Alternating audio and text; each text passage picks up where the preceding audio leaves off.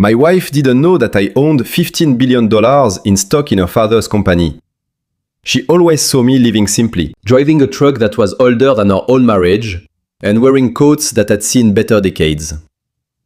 To her, I was just William, the retired mechanic she kept around like an old piece of furniture that no longer fit the decor. One night, she invited me to dinner with her brother at the most expensive restaurant in the city. I went hoping for a reconciliation, or maybe just a quiet evening. Instead, what she wanted to see was exactly how they treated a poor man when they thought nobody was looking. They slid a yellow envelope across the table, and 5 minutes later, my entire life changed.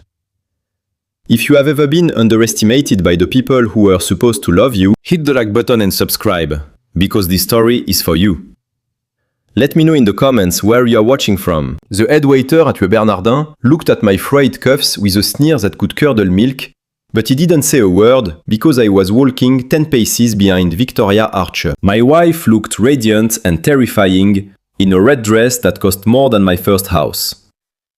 Sitting beside her was her brother Thomas, the current CEO of Archer Global, checking his gold Rolex as if my mere presence was wasting his precious time.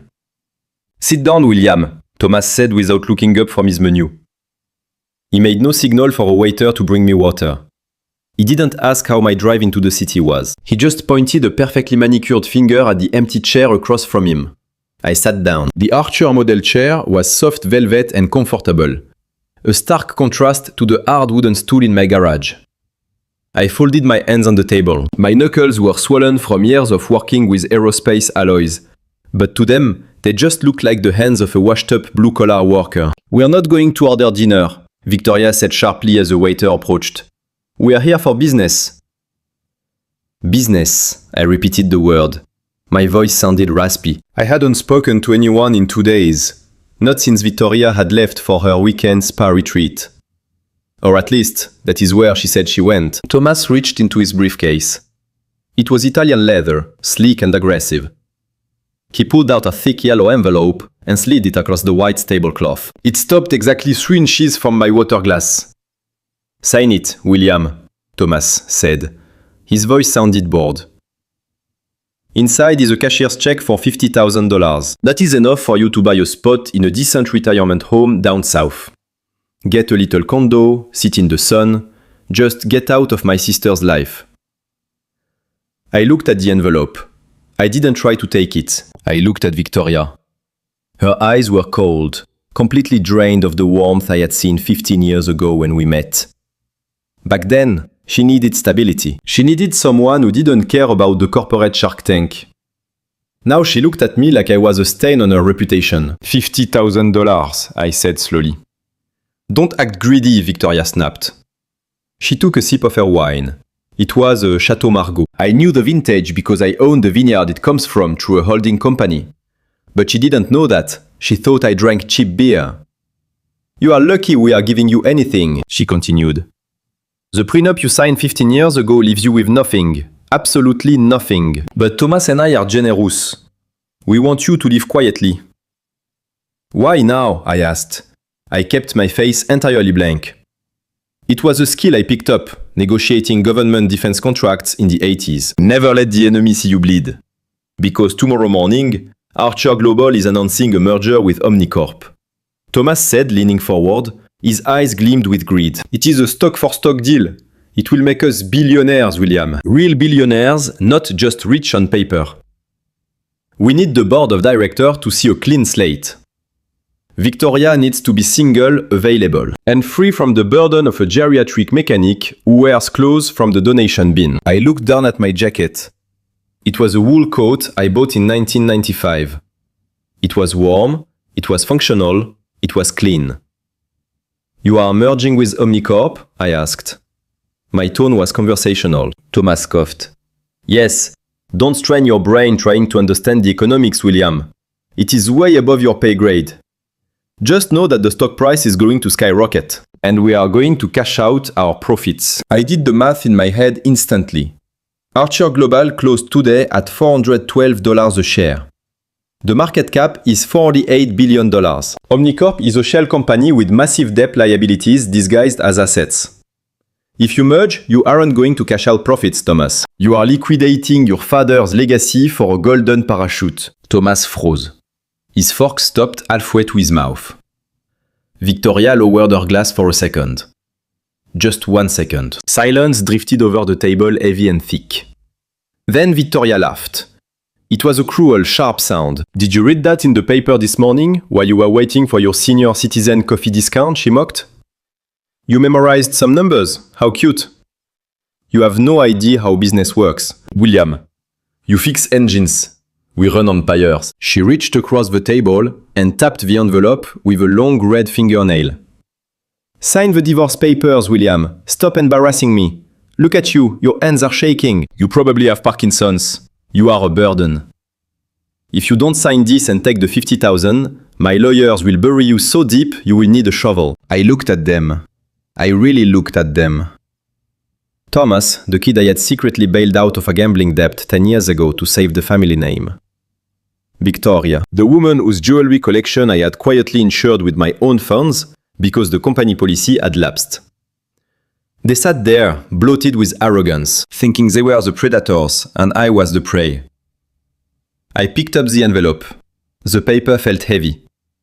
I tore open the flap and pulled out the check, payable to William Anderson. It was a significant amount of money for most people. For me, it was what I made in interest every 6 minutes. I looked at the divorce papers. Irreconcilable differences. You are right, I said softly. Yes, we have irreconcilable differences. I held up the check. Thomas smiled the smug, victorious curve of his lips. He thought he had won. He thought money could solve the problem of my existence. I held the check up to the light of the crystal chandelier. Then, very slowly, I tore it in half. Thomas's smile vanished. I tore the halves again and again until the check was nothing more than confetti in my calloused hands. I dropped the pieces into Victoria's glass of Chateau Margaux. The red wine soaked the paper, turning the blue ink into a murky purple mess. What are you doing, you crazy old fool? Thomas hissed, slamming his hand on the table. Other diners turned to look. Keep your pocket change, I said. My voice wasn't raspy anymore. It was still. It was the voice I used when I told the Pentagon their satellite guidance system was defective. You are going to need that 50 grand to pay for your legal defense, Thomas. I stood up.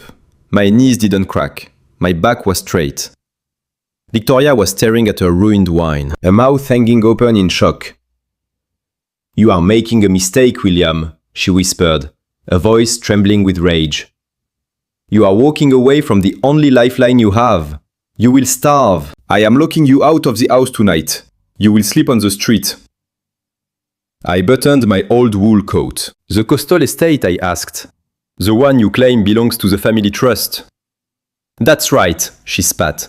And I am the trustee. You are evicted. I checked my watch. It was a Timex on my wrist, but I knew the time in Zurich, London and Tokyo by heart. Actually, I said, leaning in so my face was level with hers, that trust fund went bankrupt 5 years ago, because of your spending habits, Victoria. The bank was going to foreclose on the beach house. A shell corporation called Titan Ventures bought the mortgage. Do you know who owns Titan Ventures? She blinked in confusion. I don't care about your conspiracy theories. Get out. I smiled. It wasn't a pleasant smile. I turned to Thomas. And you, Thomas, are rushing this merger because you embezzled $200 million from the pension fund. And you need Omnicorp's complex accounting to hide the hole in the books before the quarterly audit. Thomas went white. Pale. Deathly white. He looked like he was having a cardiac event. Who told you that? He sputtered, choking on the words. That is a lie. That is defamation. I pulled my cracked old smartphone out of my pocket.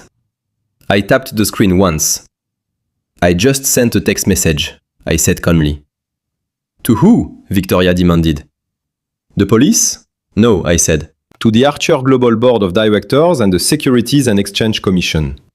I just triggered a shareholder veto. You can't veto anything. Thomas laughed, though the sound was high-pitched and hysterical. You don't own any shares. You are nobody. I didn't answer. I simply turned around and walked away. The waiter who had ignored me earlier scrambled out of my path. I walked through the heavy glass doors of Le Bernardin. and stepped out into the cool city night. The air smelled of car exhaust and rain. My phone buzzed in my pocket. It was a reply from Jonathan Stone, my personal attorney and the only man in the world who knew who I really was. The message read: Titan protocol activated. Trading halt requested. Merger blocked. The wolves are trapped. I took a deep breath. For 15 years, I had played the role of the silent observer. I had fixed their cars, mowed their lawn, and listened as they called me simple-minded. I had hidden my wealth to protect them from their own greed, hoping that someday they would show a shred of decency. Tonight, that hope died. And when hope dies, justice begins. I walked to the curb. A black sedan pulled up. It wasn't a taxi. It was my car, the one Jonathan had sent. The driver opened the door. Where to, Mr. Anderson? I looked back at the restaurant window. I could see Thomas frantically making a call on his cell phone. I could see Victoria yelling at a waiter. Take me to the office, I said. I have a company to take over in a hostile acquisition. But first, I need to survive the night. Because I knew Victoria. I knew that the moment she realized the keycard didn't work at the bank, she would come for me tomorrow. And this time, she wouldn't come with a check. She would come with claws. I got into the car, but I didn't feel triumph. I felt a heavy, cold sadness. I had just declared war on my own family. And in war, even the winners bleed. As the car pulled away, merging into the traffic on 51st Street, I closed my eyes. I thought of Hector Archer, Victoria's father. The man who had started the company in a garage, just like I started my investment fund. He was a good man. He had respected me. On his deathbed, he took my hand and made me promise I would take care of his kids. I promised Hector. I whispered to the empty car. I kept them safe for as long as I could. But I can't save them from themselves anymore. My phone buzzed again. A notification from my banking app. Victoria had just tried to access our joint checking account, the one that held my pension checks. She was trying to drain it. Access denied. It was starting. I typed a message to Jonathan. Freeze everything. The beach mansion, the credit cards, the country club memberships. Cut the power. I watched the city lights blur past the window. Tonight, the silent shareholder was finally speaking, and tomorrow, the world would hear the roar. The drive to the coastal estate usually took 2 hours, but that night, the road felt endless. I parked my old Ford truck at the end of the long driveway, the engine coughing as I killed the ignition. I walked toward the main doors of the estate, the gravel crunching under my boots. This house was a sprawling masterpiece of cedar and stone. A place where I had fixed the plumbing, rewired the east wing, and planted the hydrangeas lining the porch. It was supposed to be my home, my sanctuary. I reached into my pocket and pulled out my keyring. I selected the brass key I had cut myself at the hardware store 10 years ago. I slid it into the lock and turned. It stopped halfway. I tried again, jiggling it, thinking maybe the humidity had swollen the wood. But it wasn't the wood. The cylinder didn't match. I pulled the key out and stared at the lock. It was shiny and new, from a completely different brand. Victoria hadn't just changed the locks. She had done it hours ago, probably while I was driving into the city for that dinner. She was so certain of her victory that she had erased my access before the ink on the divorce papers even had time to dry. I walked around the side of the house toward the garage. Maybe the keypad code still worked. I punched in the numbers. 4129. The date we met. A red light flashed. Access denied. I tried again. Red light, red light. She had erased me. I turned back toward the driveway, and that is when I saw it.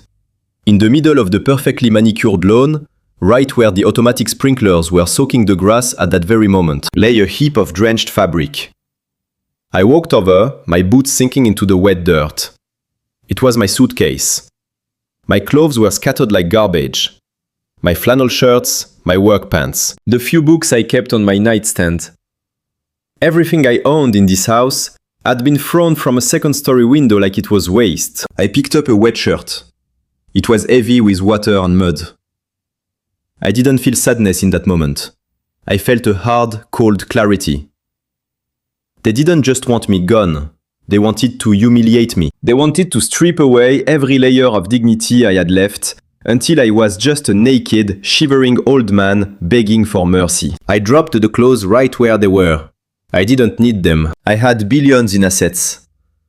But right now, standing in the rain, I had nothing but the clothes on my back. I walked back to my truck.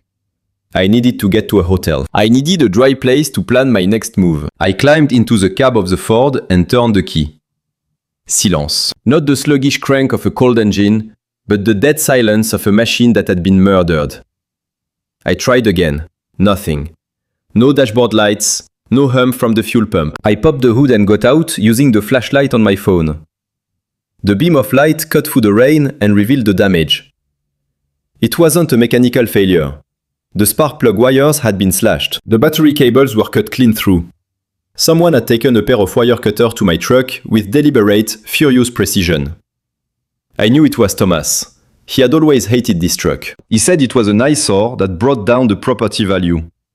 Now he had turned it into a 2-ton paperweight. I slammed the hood shut. I was stranded. The estate was miles from the nearest town. My phone battery was hovering around 12%. I couldn't call a car service. Victoria had probably flagged my name at the security gate, which meant no Uber driver would be allowed in to pick me up anyway. I started walking. The rain was coming down harder now.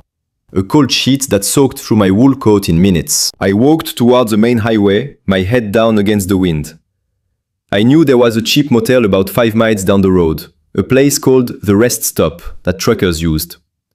It wasn't the Ritz, but it had a roof. My legs ached. At 77 years old, a 5-mile walk in a storm isn't exercise. It is a survival test. My joints burned with pain, but I forced myself to keep a steady pace. One foot in front of the other. I thought about the warm fireplace inside the mansion behind me. I thought about the wine cellar I had stocked. I thought about the debt I was owed. Not the money, the moral debt. As I walked through the dark with the headlights of passing cars illuminating the rain like falling diamonds, my mind drifted 10 years back.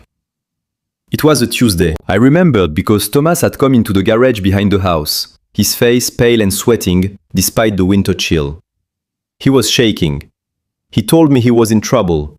Real trouble. He had gambled away $5 million of investor money in a high-stakes poker game at a casino on the coast. The people he owed weren't banks, they were people who broke legs for interest. He was crying, grabbing my grease-stained shirt, begging me not to tell his father. He said he would go to jail. He said his life was over. I looked at this pathetic, greedy kid who had never worked a day in his life, and I felt pity. Not respect, just pity. I told him I would see what I could do. I told him I had an old friend who might lend the money. He didn't believe me, but he was desperate. That afternoon, I authorized a wire transfer from a Titan Ventures Shell account. I paid off the mobsters, wiped his debt clean, and saved his life and his reputation. When I told him the debt was gone, he didn't ask how. He didn't ask who my friend was. He just hugged me, cried, and swore he would change. 2 days later, I saw him driving a brand new Porsche, telling Victoria how he had used his brilliant negotiation skills to fix a minor accounting error. He never paid me back. He never said thank you. He just erased the memory of his failure. And in doing so, he erased my sacrifice. And now, 10 years later, that same man had cut the wires in my truck and left me walking in the rain. I reached the motel 2 hours later. I was shivering uncontrollably. My hands were blue. I stepped into the small fluorescent lit lobby, dripping water onto the linoleum floor. The night clerk, a teenager with headphones around his neck, looked up at me with mild disgust. A room, I said, my teeth chattering. Just for tonight. I reached for my wallet. My leather wallet was soaked, but my credit card was plastic. It should work. I handed it over. It was a joint card linked to the account Victoria and I shared. The account where my monthly pension was deposited. The clerk swiped it through the machine, frowned, and swiped it again. Declined, he said, handing it back. Try it again, I said. There is money in there. He typed something on his computer. Then he looked at me, and his expression shifted from boredom to suspicion. Sir, the system says this card has been reported stolen. There is an alert on the account. It says... He squinted, staring at the screen. It says the cardholder has been reported as a missing person with dementia. We are supposed to confiscate the card and call the police. I stared at him. Victoria hadn't just cut my funds. She was building a narrative. If I used the card, I was a confused old man stealing from his wife. If the police came, they would take me to a hospital, not a hotel. She was trying to institutionalize me. She wanted me locked in a memory care unit where nobody would believe a word I said about stocks or mergers. I snatched the card back before he could grab it. I am leaving, I said. I walked out of the lobby before he could pick up the phone. I stood under the motel awning, counting the cash in my wet wallet. 2 $20 bills. That wasn't enough for a room anywhere. I had billions of dollars in assets, but they were locked in holding companies, trusts, and offshore accounts. Accessing them required phone calls, identity verification, and time. Right now at 2 in the morning in the rain, I was poorer than the teenager behind the counter. I had one option left. I started walking again. This time I knew exactly where I was going. My lawyer, Jonathan Stone, had a satellite office in a small business park about 2 miles from here. It was a nondescript building where we handled confidential paperwork for Titan Ventures. I kept a spare set of emergency keys buried in a planter near the back entrance, for situations exactly like this. Though I never imagined the situation would involve my wife trying to have me committed. The wind picked up, cutting through my wet clothes like knives. I was 77. My body wasn't built for this abuse. My chest felt tight. My breathing was ragged, but the anger kept me warm. A nuclear reactor of rage burned in my gut, fueling every step. They thought I was weak. They thought I was senile. They thought that by taking away my house, my car, and my credit, they could break me. I let out a laugh, a harsh sound that got lost in the wind. They had forgotten who I was. I wasn't just a mechanic. I was the man who predicted the dot-com crash. I was the man who bet against the housing market in 2008. I had survived market collapses that destroyed entire nations. Did they really think a rainstorm and a locked door would stop me? I reached the business park just as the clock on the bank tower struck 2:15 in the morning. The building was dark and silent. I went around to the back, dropped to my knees in the mud, and dug into the dirt of the planter. My fingers brushed cold metal. The key. I unlocked the back door and stumbled inside. The air was warm, dry, and smelled of paper and stale coffee. I shut the door behind me and leaned against it, sliding down until I hit the floor. I sat there for a moment, alone, breathing, letting the water form a puddle around me. Then I saw a light under the door of the main office. I pushed myself up. I walked down the hallway, leaving muddy footprints on the carpet. I pushed the office door open. Jonathan Stone was sitting at his desk, surrounded by stacks of files. He looked up, startled. When he saw me, his eyes went wide. I must have looked like a drenched, muddy monster shivering with eyes that burned with a terrifying intensity. Mr. Anderson, he gasped, standing up. My God, what happened? I walked into the room. I didn't sit down. I didn't ask for a towel. I walked straight to the security safe in the corner of the room. Open it, I said. My voice was a growl. Jonathan didn't argue. He rushed to the safe, spun the dial, and pulled the heavy door open. Inside was a pristine black briefcase. I popped the latches. Inside was a fresh change of clothes, a custom-tailored Italian suit I kept for emergencies, a burner phone, and a black American Express Centurion card issued to the Titan Ventures Corporation, completely untraceable to William Anderson, the mechanic. I peeled off my wet coat and let it hit the floor with a heavy thud. Get the board of directors on the line for a video conference at 8 in the morning, I said, unbuttoning my soaked shirt. But, sir, Jonathan stammered. The merger vote is scheduled for 9 a.m. Victoria and Thomas will be there. I know, I said. I pulled the crisp white dress shirt out of the briefcase. I turned to look at my reflection in the window.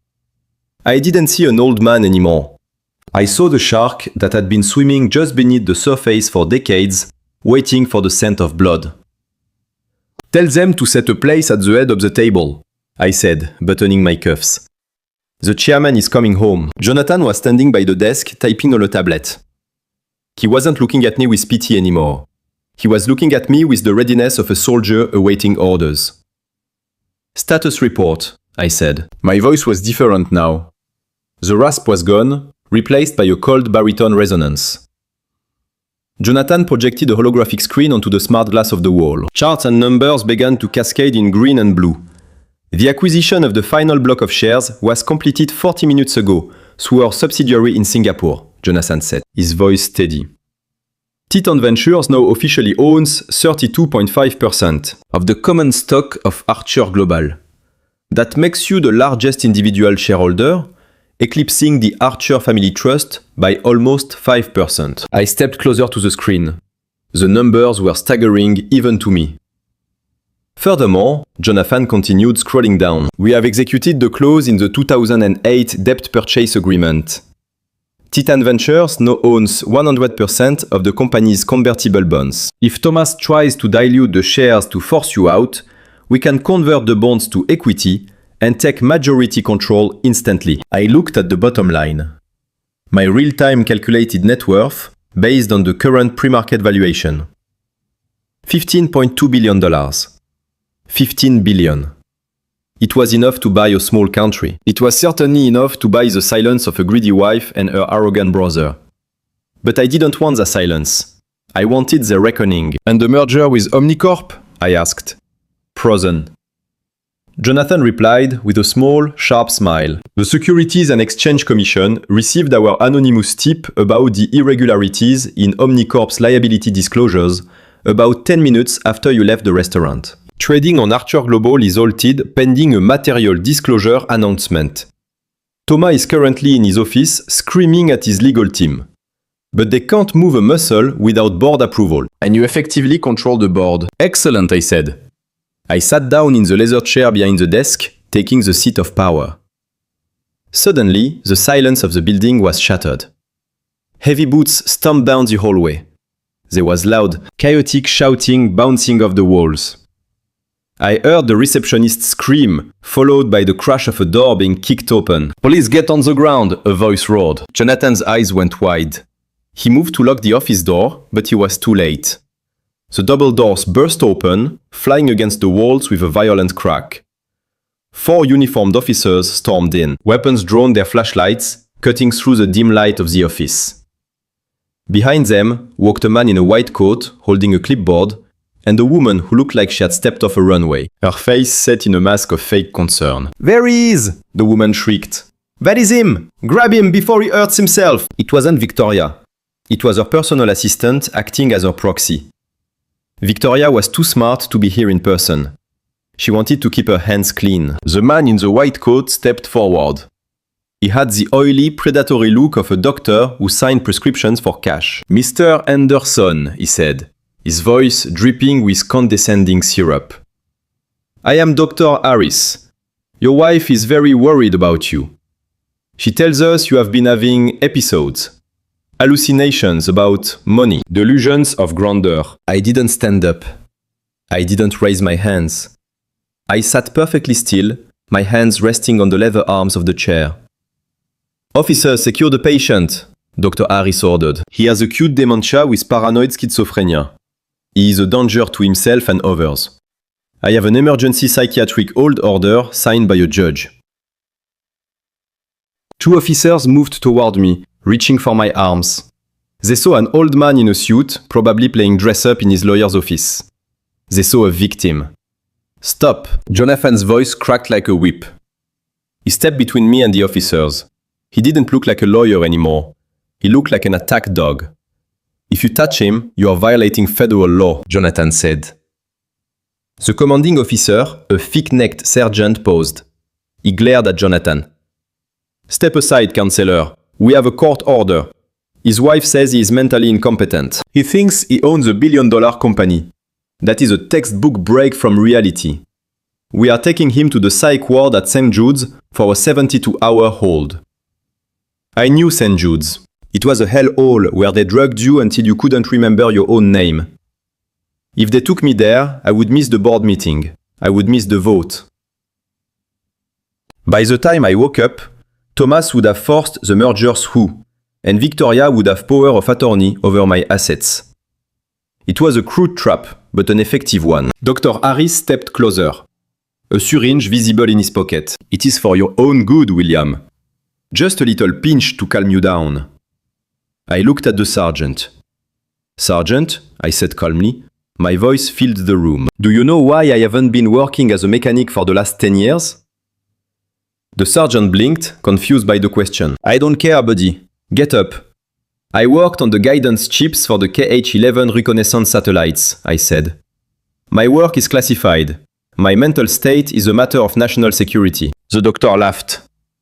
See delusions. He thinks he is a spy. Grab him. Jonathan slapped a document onto the desk. It wasn't a court file. It was a heavy sheet of cream-colored paper with the Department of Defense seal embossed in gold at the top. Read it, Sergeant, Jonathan ordered. The sergeant hesitated, then picked up the paper. He read the header and his face paled. He read the signature at the bottom and his eyes bulged. This is a certificate of mental competency, level 1 clearance. Jonathan explained in a nice cold voice. It was issued 5 hours ago by the Department of Defense. Mr. Anderson is a consultant for active military assets. To detain him, you need a warrant signed by a federal magistrate, not a local judge who plays golf with Thomas Archer. The sergeant looked from the paper to me. He saw the suit. He saw the quiet, freezing intelligence in my eyes. He realized the dementia story didn't fit. This document says he was evaluated today, the sergeant muttered. By a military psychiatrist. It says he is hyper-competent. That document invalidates your psychiatric hold, Jonathan said. If you forcibly sedate a federal asset, Sergeant, you won't just lose your badge. You will be explaining to the Pentagon why you interfered with an active asset. The room went dead silent. The doctor's smug smile vanished. He looked at the sergeant, then at the door, realizing he had just walked into a minefield. I didn't know the doctor, stammered. Mrs. Archer said he was senile. She said he was wandering the streets in the rain. I leaned forward. The light from the screen reflected in my eyes. Mrs. Archer lied to you, doctor, I said, and you didn't verify. That sounds like medical malpractice. I turned to the sergeant. Get them out of my office. The sergeant dropped the psychiatric hold order on the floor. He looked at the doctor with disgust. Let's go, he barked at the doctor and the assistant. We are leaving. But the merger, the assistant shrieked. Victoria said, he has to be detained. Out, the sergeant roared, shoving them toward the door. They scrambled out of the room like rats fleeing a sinking ship. The officers followed, pulling the broken doors shut behind them. The silence returned, heavy and sweet. Jonathan let out the breath he had been holding. That was close, sir. Victoria is desperate. She knows that if you walk into that boardroom tomorrow, she loses everything. I stood up and walked to the corner of the room. High up on the wall, a small red light blinked on the security camera. I knew that camera was linked to the building's server, which Thomas had access to through the company's property management division. They were watching. They had seen the police fail. They were probably sitting in their penthouse right now, staring at a screen in terror. I looked directly into the lens. I adjusted my silk tie. I didn't smile. I let them see the face of the man they had thrown away. Jonathan, I said, keeping my eyes on the camera. Send a message to the security team. Yes, sir. I walked closer to the lens until my face filled their screen. Tell my wife, I whispered, that the game has only just begun. I stepped away from the camera. Get the helicopter ready, Jonathan. We are going to the coastal estate. I have a house to reclaim before breakfast. The morning sun hit the glass facade of Archer Global Headquarters in the city, turning the building into a towering pillar of gold. It was a monument to wealth and power. The kind of place that made the people on the sidewalk feel small. I stood across the street, adjusting the cuffs of my tailored suit. Yesterday, I would have looked at this building with a sense of tired nostalgia, remembering the days I helped Hector lay the foundation. Today, I looked at it like a general surveying a fortress he was about to sack. I walked straight to the main revolving doors. Security at the front desk was tight. A small army of men in dark suits with earpieces. I approached the turnstile. But before I could even reach for a visitor pass, a large hand blocked my path. It was the head of security, a man named Miller, who had been hired by Thomas specifically for his intimidation tactics. "Mr. Anderson Miller," said his voice flat and rehearsed. "You are not allowed on the premises. We have a memo from the CEO's office. You are persona non grata. If you try to enter, we will arrest you for trespassing." I looked at him. He didn't see the suit or the new posture. He still saw the old man who used to drive a beat-up Ford to pick up his wife. "I am here for the shareholder meeting," I said calmly. "The meeting is for authorized personnel only," Miller replied, stepping closer to invade my personal space. "And you, William, are just an ex-husband with a grudge. Go home before you get hurt." I didn't argue. I didn't make a scene. I simply nodded and turned around, walking back out to the street.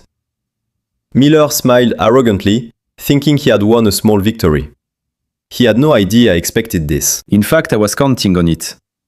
I walked around the corner of the block to a narrow alley that serviced the underground loading docks. Most people thought the only way into Archer Global was the front door or the executive helipad.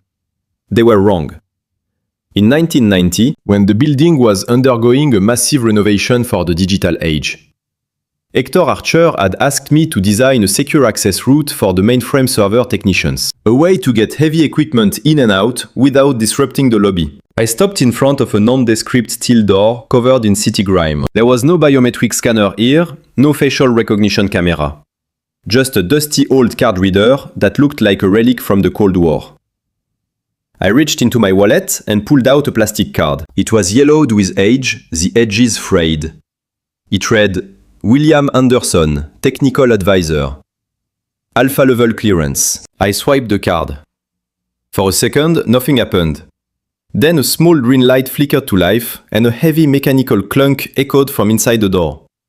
The magnetic lock disengaged. All systems were always the most secure because arrogant men like Thomas forgot they existed. I slipped inside and the door clicked shut behind me. I was in the VIP service tunnel. The air was cool, smelling of concrete and ozone. I walked quickly, my footsteps echoing in the silence. I wasn't heading to the elevator banks that led to the executive suites. Not yet. I had one stop to make. First, I took the service stairs down 2 levels into the sub-basement. This was the heart of the beast, the server room. This was where the digital soul of Archer Global lived. The door to the server farm was heavy reinforced steel. I typed a 6-digit code into the keypad. 902165. Hector's birthday. The light turned green. I pushed the door open and was hit by the deafening hum of cooling fans and the blinking of thousands of blue server lights. Rows of black towers stretched out in front of me. I walked down the aisle, scanning the tags, until I found the central accounting server. I pulled the high-speed solid-state drive out of my pocket and plugged it into the maintenance port. I opened the console on the rack monitor. My fingers flew across the keyboard. I didn't need a password. I wrote the root directory code 20 years ago. I accessed the live transaction logs. What I saw made my blood run cold. The screen was flooded with red text. Deletion commands were scrolling faster than the eye could read. Thomas wasn't just hiding the embezzlement. He was wiping the entire financial history of the last 3 quarters. He was deleting the evidence of the $200 million he had siphoned to shell companies in the Cayman Islands. If he finished, there would be no proof, just a data gap that could be blamed on a system error during the merger migration. He was erasing the crime while the board sat upstairs drinking coffee. I initiated a mirror protocol. It was a piece of software I had installed as an insurance policy years ago. Instead of stopping the deletion which would alert him, I set the system to copy every file to my external drive nanoseconds before it was wiped from the main server. The progress bar on my copy inched forward. 40%, 50%. Suddenly, The ceiling speakers in the server room crackled to life. "Who is down there?" Thomas's voice boomed through the room, distorted by the intercom. I looked up at the corner of the room. A small security camera one I had missed was rotating toward me. The red light stared at me like an angry eye. I looked at the monitor. 60%. "Get security down to the sub-basement right now," Thomas yelled. His voice was high-pitched, filled with panic. "There is an intruder. It's William. He's stealing company secrets. He is an industrial spy. Break his legs if you have to. Just get that drive." I didn't flinch. I kept my hand on the drive, willing the data to move faster. 70%. I could hear the heavy thud of boots on the stairs. They were coming. Miller and his thugs. They were probably taking the express elevator down. I had maybe 2 minutes before they burst through that door. 80%. "You are making a mistake," William Thomas screamed over the intercom. "You are going to prison. I will bury you. Stop the download." I looked at the camera and smiled. I wanted him to see it. I wanted him to see that the man he evicted now held his life in the palm of his hand. 90%. The door handle behind me rattled. Someone threw their weight against the steel door. They didn't have the code, so they were trying to ram it. "Open up!" Miller yelled from the other side. "Police!" He was lying. The police weren't here yet. This was private security, and they weren't here to arrest me. They were here to sanitize the situation. 99%. The door buckled with a loud metallic clang. They were using a battering ram. 100%. Transfer complete. I yanked the drive from the port and shoved it into the inside pocket of my jacket, right next to my heart. The door burst open with a crash. Miller stood there, red-faced, holding a baton. Behind him were 3 other guards. "There he is!" Miller shouted. "Grab him!" I didn't wait. I bolted toward the back of the server room. There was a narrow emergency exit that led to the ventilation shafts. It was a tight space, designed for maintenance techs, not men in suits, but I didn't care. I pushed through the exit door just as Miller lunged at me. His baton smashed into the doorframe, missing my head by inches. I slammed the door shut and engaged the deadbolt. I was in the maintenance stairwell. I could hear them pounding on the door behind me, cursing. I started to climb. My lungs burned. My legs screamed in protest. I was 77 years old, pushing my body past its limits. But adrenaline was a powerful drug. I wasn't running away. A spy would run out to the street, disappear into the crowd, and leak the data to the press. I wasn't a spy. I was the owner. And owners don't run. They go to the head of the table. I climbed past the lobby level. Past the marketing floor. I could hear radios crackling below me. "Target is moving up the north stairwell." Miller's voice echoed up the shaft. "Cut him off at the 20th floor. Don't let him reach the boardroom." They knew where I was going. Thomas was terrified. If I walked into that meeting with the hard drive, his murderer was dead, and he was going to federal prison. I reached the 15th floor. My heart was hammering against my ribs like a trapped bird. I paused for a second, gasping for air. I couldn't outrun young men on the stairs. They would catch me before I reached the top. I looked at the heavy fire door leading to the 15th floor hallway. I pushed it open and stepped into the carpeted corridor. It was quiet here. This was the research and development wing. I walked quickly towards the elevator bank and pressed the call button. Nothing happened. Thomas had locked down the elevators. The screen read, "Security override." I pulled out my smartphone and opened the terminal app I had used to check stock prices. I wasn't just a mechanic, I was a systems engineer. I tapped into the building's control network. It was protected by a firewall, but the password was the same one Thomas used for everything. Archer1. I typed it in. Access granted. I overrode the lockdown on car 4. The freight elevator. The doors slid open with a chime. I stepped inside and hit the button for the penthouse floor. The boardroom. The elevator started to rise. I smoothed my hair, adjusted my tie, and checked my pocket to make sure the drive was secure. I watched the floor numbers tick up. 20, 30, 40. The elevator jerked to a halt. The doors didn't open. The intercom in the elevator car crackled. "Nice try," William Thomas said. "You are stuck between floors. I cut the power to the car. You are going to sit there until the police arrive to arrest you for corporate espionage. The merger vote happens in 10 minutes. By the time you get out, it will all be over." I looked up at the ceiling of the elevator car. There was an access hatch. I took off my jacket, folded it carefully, and set it on the floor.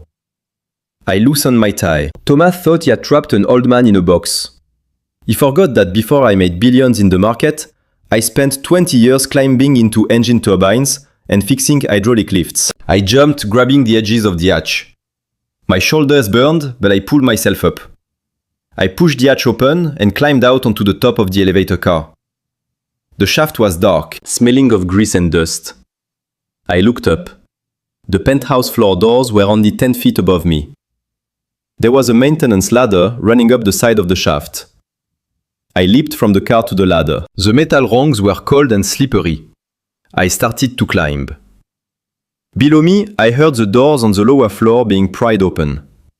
Flashlights shined up the shaft. "There he is!" a guard yelled. On the ladder, I didn't look down.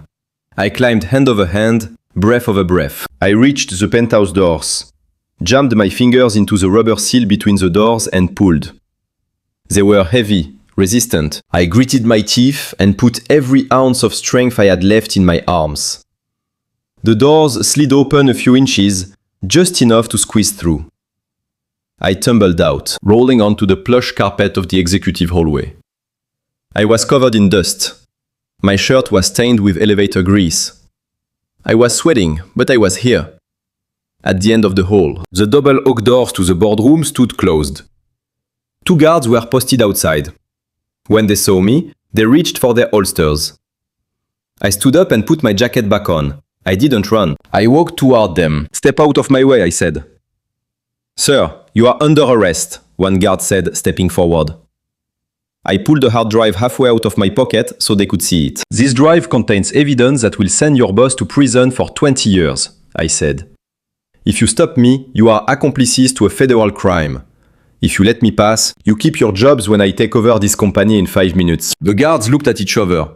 They looked at the grease on my face and the fire in my eyes. They knew Thomas. They knew he was a coward. They looked at me and saw something dangerous. The guard on the right stepped aside. The heavy oak doors slammed against the walls with a sound like a gunshot, echoing through the cavernous boardroom. 50 heads turned in unison. The air in the room was thick with the smell of expensive cologne, stale coffee, and the electric hum of greed. At the head of the long mahogany table, Thomas stood with a crystal flute of champagne raised halfway to his lips. Beside him, Victoria was laughing, her head thrown back, a diamond necklace catching the light from the chandeliers. They looked like royalty, presiding over court. Then they saw me. The laughter died instantly. The room went completely silent. A vacuum of sound that sucked the oxygen right out of the air. I stood in the doorway, chest heaving, covered in elevator grease and dust. My expensive suit was ruined, stained dark with oil. My tie hanging loose around my neck. I looked like a man who had crawled out of a grave. Victoria was the first to recover. Her shock morphed instantly into a mask of pure repulsion. She set her glass down with a sharp clink that sounded like a hammer hitting a nail. "Security," she shrieked, her voice shrill and piercing. "Where is security? How did you let this homeless man in here? Look at him, he is filthy!" She turned to the board members, flashing a frantic, apologetic smile. "I am so sorry, everyone. This is my ex-husband. He is having a mental breakdown. He has been stalking me. Please ignore him." Thomas stepped forward, his face flushing a deep, furious red. He glared at the 2 guards who had stepped aside to let me in. "You are fired," he roared at them. "Both of you, get him out of here! Drag him out!" I didn't wait for them to move. I stepped into the room. I didn't walk like a beggar. I walked like a man who owned the floorboards beneath his feet. I marched straight to the head of the table, ignoring the gasps and whispers of the shareholders. I stopped directly in front of Thomas. He smelled of fear and scotch. "I am not here to beg, Thomas," I said. My voice was calm, cutting through the tension like a razor blade. I reached into my pocket and pulled out the hard drive I had rescued from the server room. I slammed it down onto the polished wood of the table. It slid across the surface, spinning, and stopped right on top of the merger documents. I am here to stop a robbery. Thomas stared at the drive, then at me. His eyes darted around the room, assessing the damage. He's delusional, Thomas yelled to the room. He's a senile old mechanic who thinks he understands high finance. He's dangerous. Someone call the police. I turned to the board members. I recognized some of them. Old money hedge fund managers. People who cared about one thing, their bottom line. Ladies and gentlemen, I said, raising my voice so it reached the back of the room. You are here to vote on a merger with Omnicorp. You have been told that this deal is the only way to save Archer Global. You have been told it is a stock swap that will make you rich. I pointed a grease-stained finger at Thomas. What the CEO hasn't told you is the valuation. Victoria stood up, her face twisted in fury. Shut up, William. You don't know what you are talking about. You fix carburetors. Go back to your garage. I ignored her. I kept my eyes on the shareholders. Thomas is selling this company to Omnicorp for $60 a share, I said. A murmur rippled through the room. A few people exchanged confused glances. $60. A woman in a grey suit asked from the middle of the table. That is impossible. The stock closed yesterday at 412. Exactly, I said. I leaned over the table, putting my weight on my hands, staring dead at Thomas. So ask yourselves the question. If the market value is 412, why is the CEO selling it for 60? Where is the difference going? Where are the missing $352 per share disappearing to? Thomas slammed his fist on the table. This is defamation, he shouted. The $60 is a baseline valuation prior to asset liquidation. It is a complex financial structure. You are too stupid to understand it, William. It isn't complex, Thomas, I said. It is theft. You are selling the company cheap to Omnicorp because they promised you a $200 million consulting fee the day the deal closes. You are gutting the share price to line your own pockets. And leaving these people holding worthless paper. The room erupted. The polite veneer of the boardroom shattered. Shareholders leaped to their feet, shouting questions. The woman in the grey suit was typing furiously on her phone. A man in the back was yelling at his assistant to get their legal team on the line. Thomas looked like a cornered rat.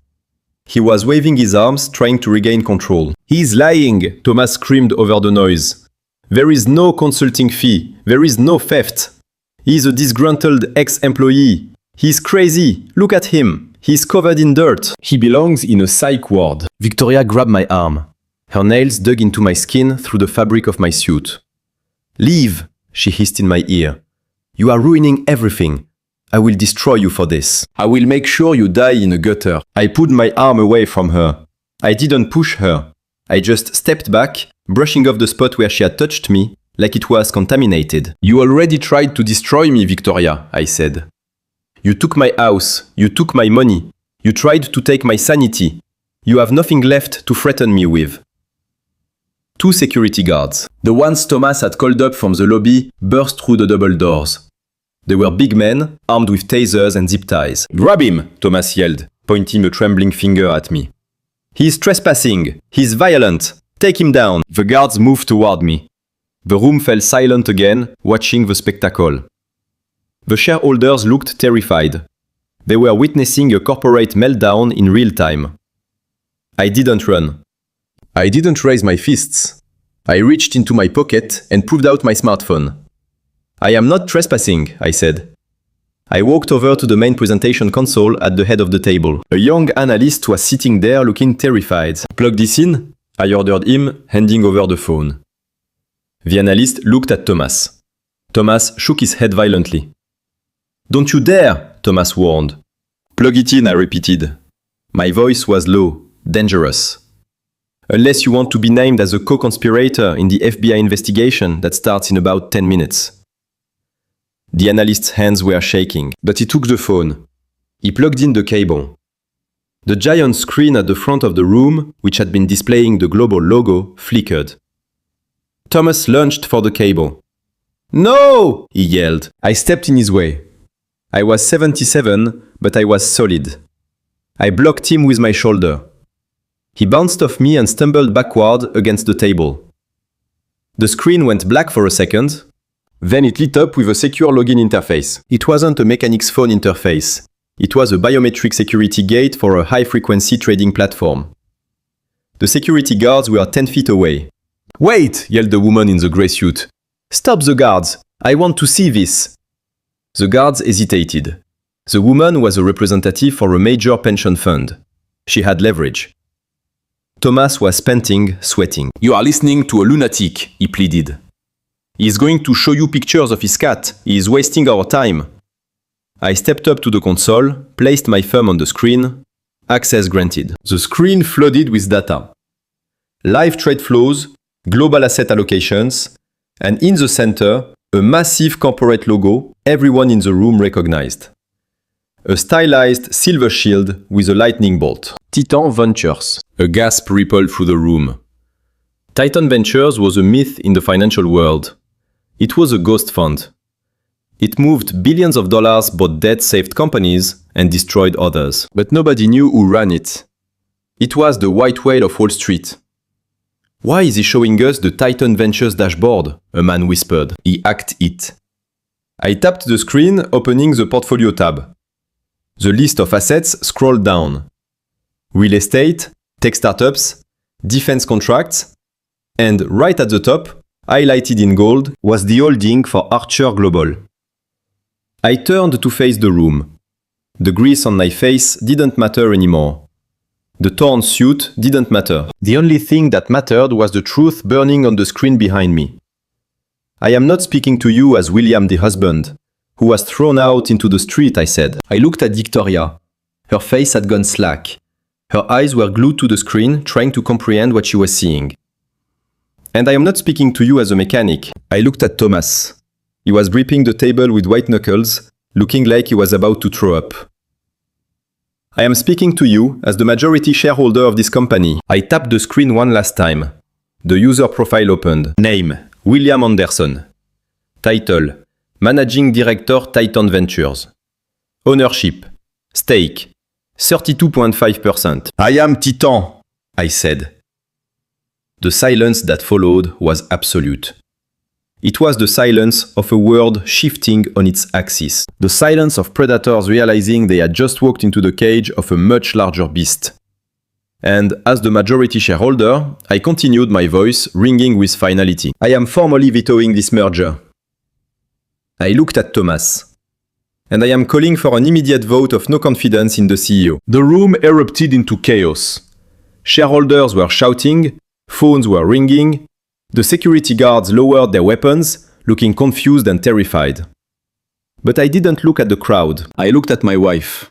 Victoria was staring at me. Her mouth was opening and closing, but no sound came out. She looked at the screen at the billions of dollars listed under my name. And then she looked back at me. For the first time in 15 years, she didn't see a rug she could walk all over. She saw the man who owned the floor. And in her eyes, I saw the dawn of a terrible, crushing realization. She hadn't just thrown away her husband. She had thrown away the kingdom. The screen behind me hummed with a low electric sound, displaying the organizational chart that had turned the air in the room to ice. The name William Anderson sat at the top of the pyramid, bold and undeniable. Right next to the silver lightning bolt of Titan Ventures. The number 32.5% glowed in a soft, authoritative blue. It wasn't just a statistic. It was a guillotine blade hovering over the neck of the Archer family legacy. Victoria was the first to break the silence, though not with words. Her hand, which had been trembling near her chest, fell limp. The crystal flute of vintage champagne she had been holding slipped from her fingers. It hit the edge of the mahogany table before shattering on the floor. The sound was sharp and violent, like a bone snapping. Champagne and glass sprayed across her Italian leather heels, but she didn't flinch. She didn't look down. She was staring at me with wide, glassy eyes, as if she were trying to reconcile the image of the husband she had evicted with the Titan standing before her. Thomas looked like he had been struck by a physical blow. His jaw hung open, unhinged. The color had drained from his face so completely that his skin looked like a grey putty. He collapsed into his chair, the arrogance that had defined him for decades evaporating in a single heartbeat. He looked from the screen to me, and then back to the screen, shaking his head in a jerky, spasmodic rhythm of denial. "It is a trick," Thomas whispered, though in the dead silence of the room, it sounded like a shout. "He hacked the system. It is a graphics loop. It isn't real. He is a mechanic. He fixes trucks. He doesn't own Titan Ventures." He looked around the table, begging the board members to agree with him, desperate for someone to validate his reality. "Tell him," he pleaded with the woman in the grey suit. "Tell him Titan is run by a consortium in Zurich. Tell him he is lying." The woman didn't look at Thomas. She was staring at her tablet, her fingers flying across the screen as she verified the data through her own secure terminals. She looked up at me, and there was no doubt in her eyes. Only a sudden sharp respect mixed with fear. "The filings are legitimate," she said, her voice cutting through Thomas's panic. "The SEC updated the beneficial ownership registry 3 minutes ago.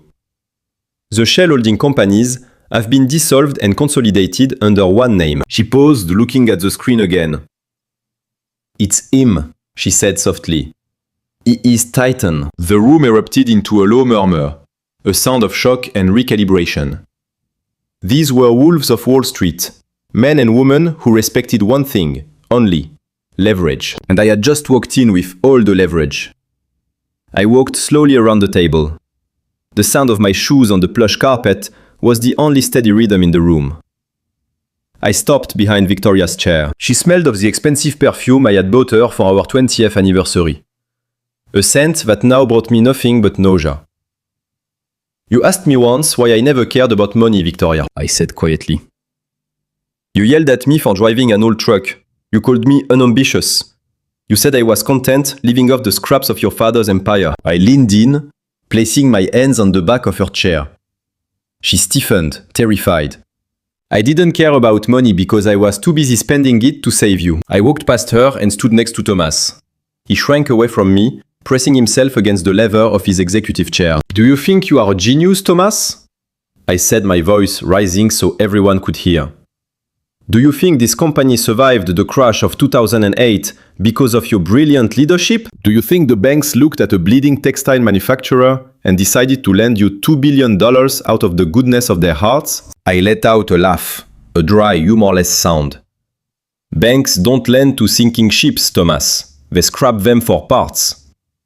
I pointed at the screen to the investment timeline now scrolling below my name. "Who do you think wired that $2 billion into the operating fund at 3 in the morning on a Sunday 12 hours before payroll bounced? Who bought the toxic debt that was strangling this company and forgave the interest?" Thomas couldn't speak. He was breathing in shallow, panicked gasps. "It wasn't a bank," I said. "It was me. I liquidated my positions in gold and oil. I risked my own liquidity to keep the lights on in this building, so you could keep playing CEO." I walked over to the window, looking out at the city skyline.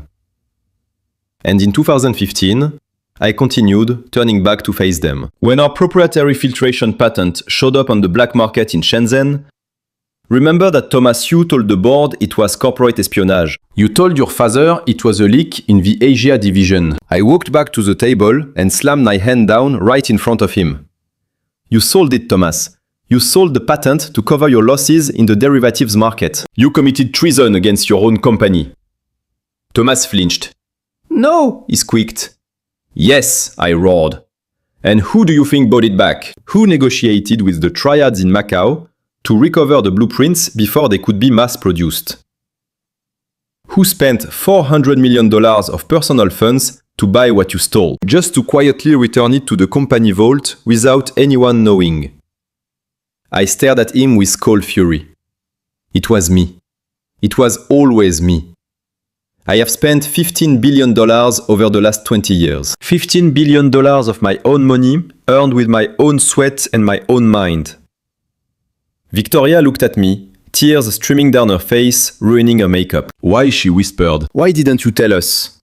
Why did you let us treat you like that if you had all this power?" I looked at her, And for the first time, I felt the full weight of the tragedy. Because I made a promise to your father, I said. On his deathbed, Hector begged me to keep the company safe. He knew the two of you were weak. He knew you were greedy. He asked me to be the safety net. He didn't want you to know I was saving you, because he wanted you to learn to stand on your own 2 feet. I shook my head. But you never stood up.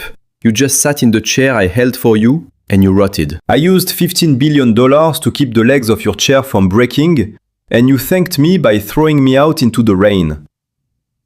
I turned away from them. I was done explaining. It was time to act. I looked at the board members.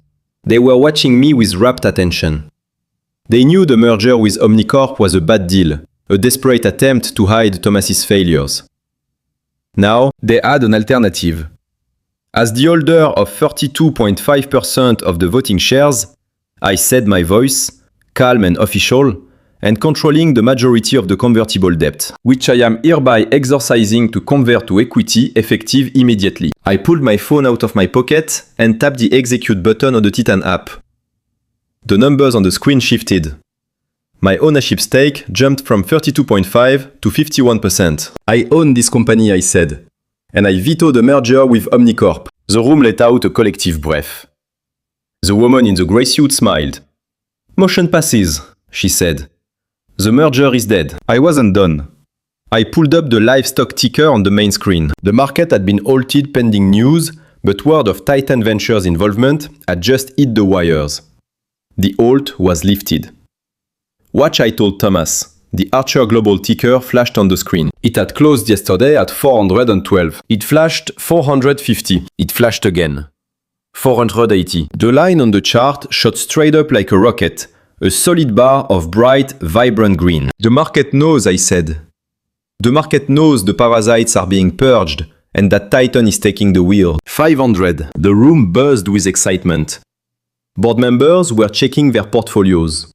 They were getting richer by the second. 520. Thomas stared at the screen in horror.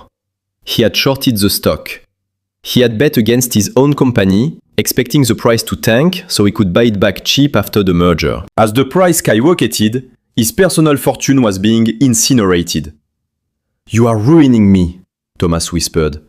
I am getting margin calls. I will lose everything. You lost everything the moment you decided to steal your father's legacy, I said. I looked at the security guards who were still standing by the door, unsure of what to do. Gentlemen, I said, please escort the former CEO out of the building. And take his sister with him. They are trespassing. The guards didn't hesitate. This time, they knew who signed the checks. They moved toward Thomas and Victoria. Victoria stood up, stumbling on the broken glass. William, please, she cried, reaching out to me. We can talk about this. We are family. I am your wife. I took a step back out of her reach. You filed for divorce yesterday, Victoria, I said. And you evicted me from my home. We are not family. We are opposing parties in a very expensive lawsuit. The guards grabbed Thomas by the arms. He didn't fight. He looked like a man who had been hollowed out. They took Victoria next. She let out a raw, ugly scream as they dragged her toward the double doors. Wait! She shrieked, digging her heels into the carpet. The house, the beach mansion, is mine. My father built it. I looked at her one last time before the doors closed. Titan Ventures owns the mortgage on that house, Victoria, I said. And eviction proceedings began 10 minutes ago. The door slammed shut, cutting off her screams. I stood alone at the head of the table. The silence returned, but this time it wasn't heavy.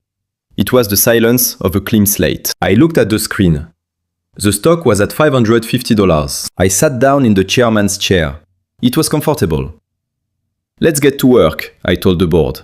We have a lot of cleaning up to do. The boardroom doors slammed shut behind me, silencing the chaos of the shareholders. But I knew that wouldn't hold the wolves off for long. I walked briskly down the executive hallway toward the private elevator bank, the one reserved solely for the chairman. My shoes made no sound on the thick carpet, a stark contrast to the frantic clicking of high heels and the heavy thud of running footsteps behind me. I didn't need to turn around to know who it was. The scent of desperation travels faster than sound. I pressed the call button.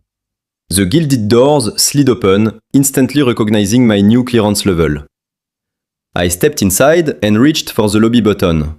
But before the doors could close, a perfectly manicured hand shoved its way into the gap. The sensors triggered and the doors bounced back open. Victoria stumbled into the elevator, breathless, her hair disheveled and her mascara smudged under her eyes. Thomas was right behind her, sweating profusely, his tie loosened, looking like he was struggling for air. They practically fell into the small enclosed space, backing me against the mirrored rear wall. For a moment, the only sound was their ragged breathing. The elevator began its smooth, silent descent to the lobby 40 floors below. It felt like a coffin going down. Victoria looked at me. The venom and disgust that had twisted her face just minutes ago were gone. They vanished as if they had never existed. In their place was a look of vulnerability, her eyes wide and trembling. It was a look I recognized. It was the same look she used when she crashed her luxury car 5 years ago and needed me to handle the insurance. It was the look of a damsel in distress, designed to trigger my protective instinct. "William, darling," she gasped, reaching out to grab my hand. Her fingers were cold and clammy. This time, I didn't pull away. I let her hold my hand. I wanted to feel the temperature of her lie. "I am so sorry. I am..." And tears spilled down her cheeks with impressive speed. "You have to understand. I was scared. Thomas made me do it. He told me the company was going under. He told me we were going to lose everything if we didn't sell to Omnicorp. He manipulated me, William. I am a victim here, just like you." Thomas made a noise in the back of his throat. A choked protest. "Vic, what are you doing?" he stammered. "We were in this together." "Shut up, Thomas," Victoria yelled, snapping her head around to glare at her brother. "You ruined everything. You lied to me about the accounting. You told me William was senile. You forced me to file for divorce." She turned back to me, her eyes pleading, squeezing my hand with both of hers. "I never wanted to divorce you, William. I love you. We have been together for 15 years. You are my husband. I was just confused. The stress of the merger, the grief of losing Dad, it broke me. But we can fix this." She took a step closer, invading my personal space, trying to use her physical presence to bridge the canyon between us.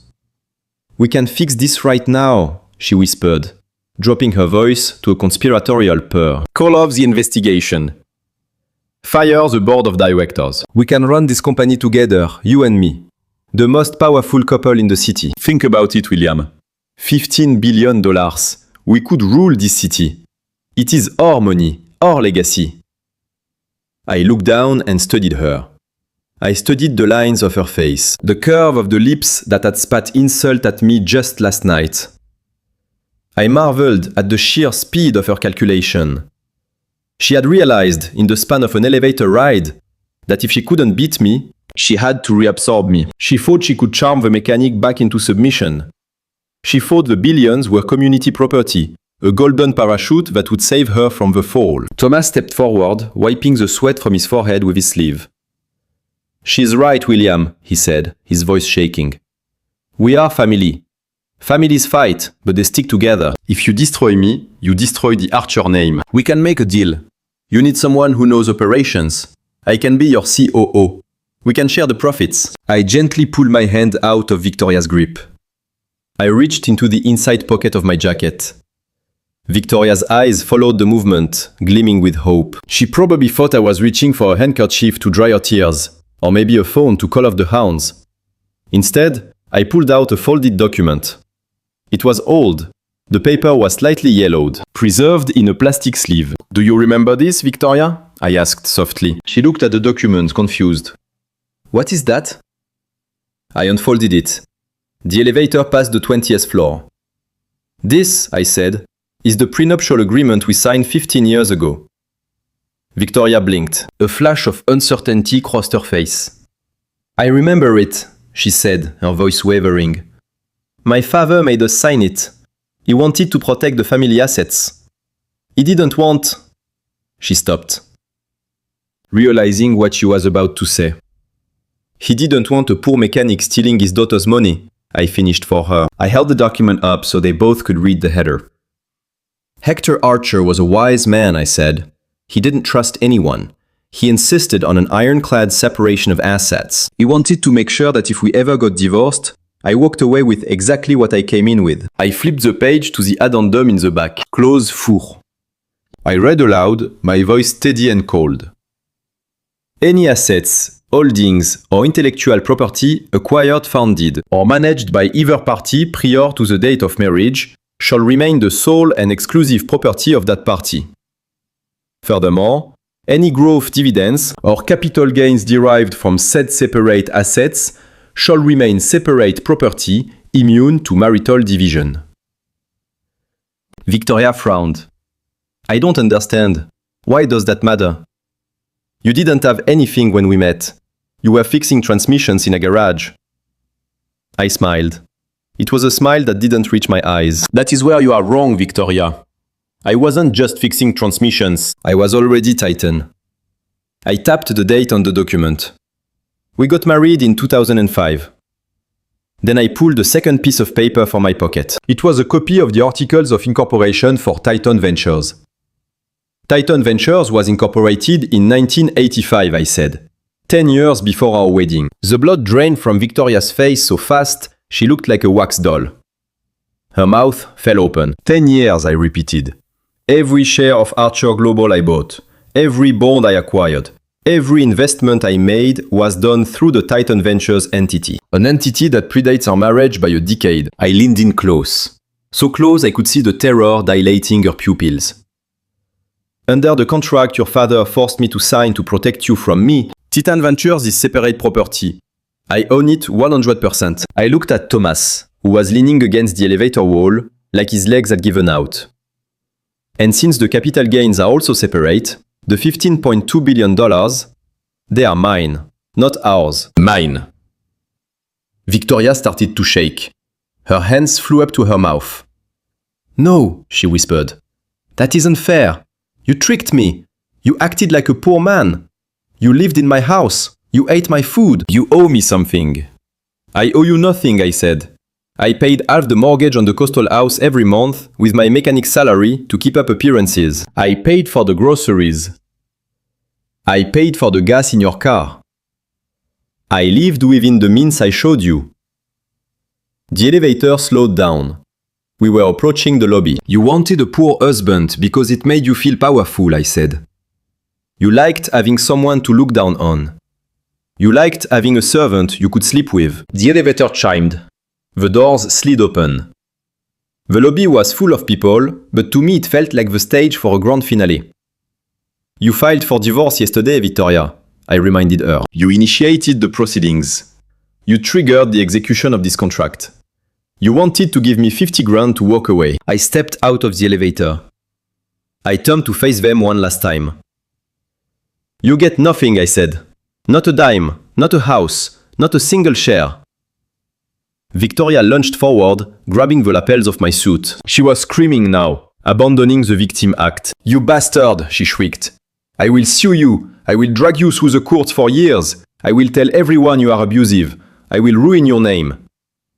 I gently peeled her hands off my suit. I didn't push her. I just brushed her off like she was dust. You can try, I said. But I have $15 billion to spend on lawyers, and you have... I looked at her empty hands.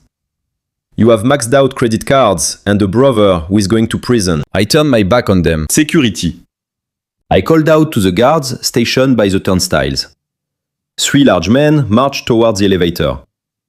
These 2 individuals are trespassing on private property, I said. Please remove them from the building and make sure they do not re-enter. As I walked toward the revolving doors, I heard Victoria screaming my name. It wasn't a cry of love.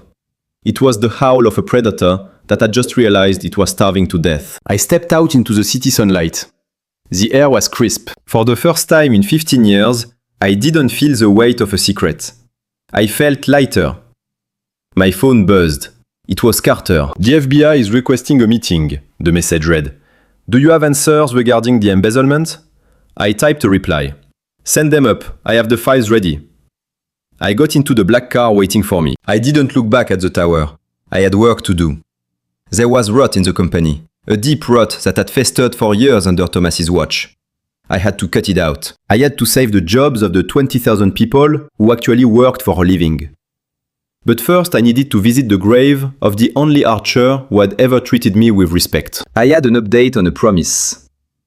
I took the private elevator back up to the penthouse floor. Just the silence in the cabin was a relief after the screaming match in the lobby. But my mind was already racing through the next steps. I was no longer just a wronged husband. I was the majority shareholder of a publicly traded company that was bleeding money due to criminal mismanagement. Emotions had to be shelved. Now, it was about logistics and cleanup. When the doors opened on the executive floor, the atmosphere had completely changed. The party was over. The champagne glasses had been cleared away, replaced by stacks of thick binders and laptops. Carter had been efficient.